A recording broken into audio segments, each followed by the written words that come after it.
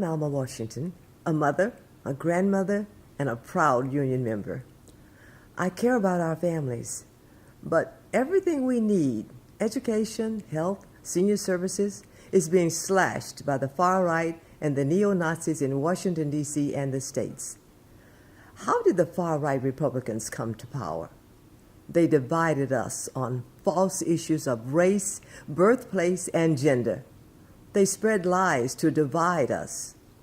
Far-right Republicans tell young workers, Social Security tax comes out of your pay every week, but it will never do you any good. It's just going to those greedy old people and won't be there for you when you need it. And they tell the elders, why should college students get free tuition? That's the trouble with young people today. They want everything handed to them on a silver platter. But we Chicago Metro elders, students, and young workers refuse to be divided by these lies. Together, we're fighting for free tuition, health care, minimum wage of $15 an hour, and more.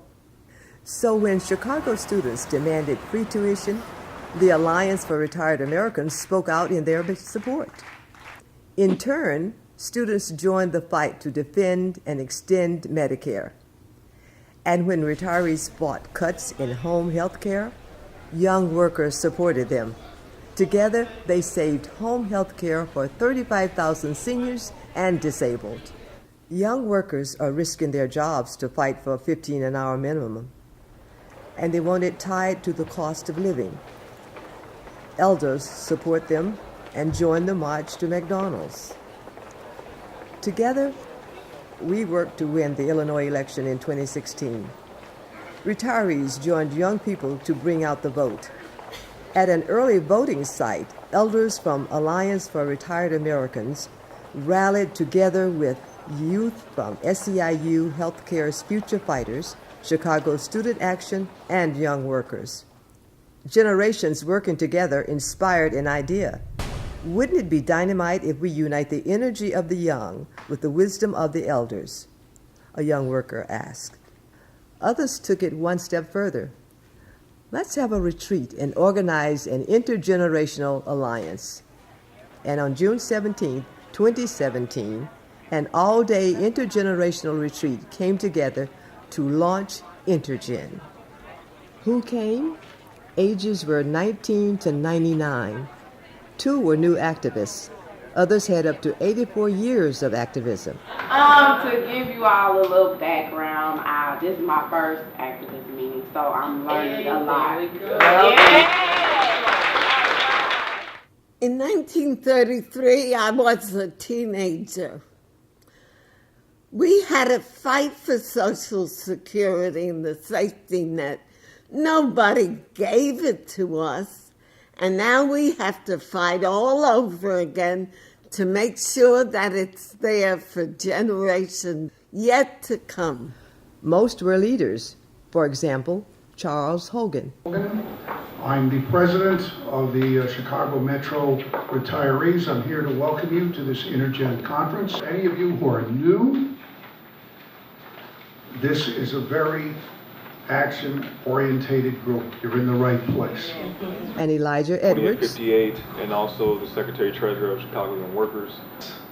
Within activism in the labor movement, and a person who fights with his folks every day on the shop floor to try to increase solidarity with our brothers and sisters on the front line. And Jaquie Algee. I am just incredibly proud of this Intergen Alliance because I feel that we are on the brink of bringing that back. We are making history today. And Sylvia Ortega. At 10 years old, my sister was boycotting grapes. Being here today and seeing the young people. And so it's really nice to see and to have this opportunity because, we can learn from you and you can learn from us. So. From elders, we heard about the Vietnam War. 3.5 years in Vietnam, which was almost a little bit more than the death sentence. We spent nights killing people. That's how we did it, spend nights killing people. For years, I had a hard time adjusting back to, civilian life. I want to find an organization to try to save as many lives as I can. Victor Storino spoke about immigrants' rights. Nothing. I don't know one word English. And I got pushed around. Then I went to work at Wisconsin Steel. I look around. Man, this is bad over here.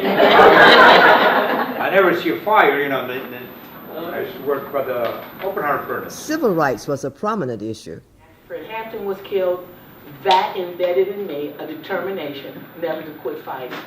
And when I got to be a teenager and in high school, I became a part of SCLC's Operation Breadbasket with the young Jesse Jackson. That's right. So I was one of those high school kids that was wearing a big fro out to here. And also, I was also one of those young kids that was picketing the A&P stores. So really, when I see attacks on labor rights and women's rights and minority rights, I say, you know, it's time to really stand up and say, you know, this is that is a fight that is worth engaging in. System, but the hyper segregation that existed in Chicago, that's intentional. In 1995, about half of the teaching force were black, and since 1995.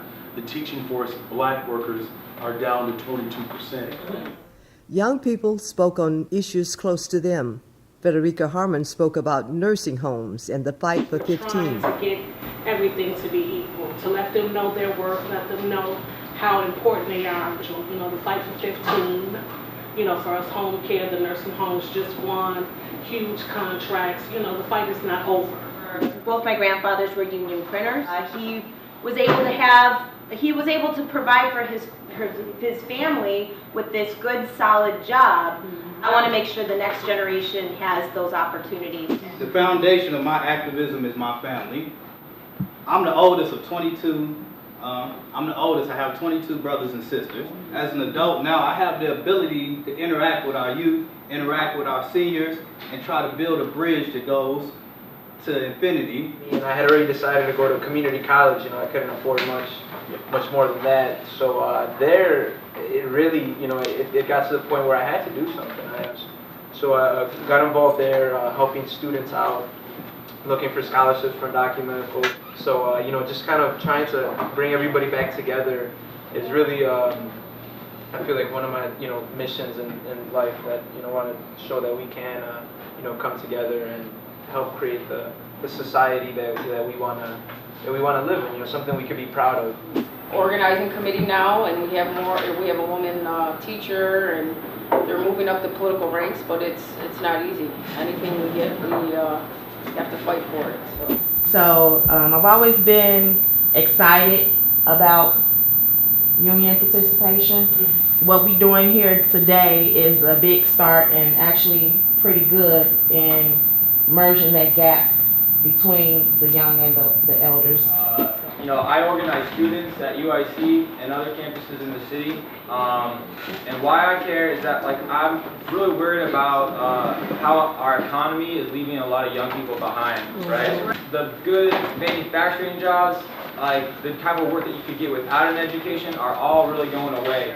My coworker, my family member, or my friend is getting killed on the street. A lot of things that were happening in that time, especially with Black Lives Matter. A lot of young folks really lost sight of the union because a lot of our elders at the time, I guess, were, I don't know, it was like a big disconnect between young people and our elders. And that was something that I really had a passion for, was to bridge those gaps. After general discussion, we took part in 3 workshops: health and pension, fight for 15, and free tuition.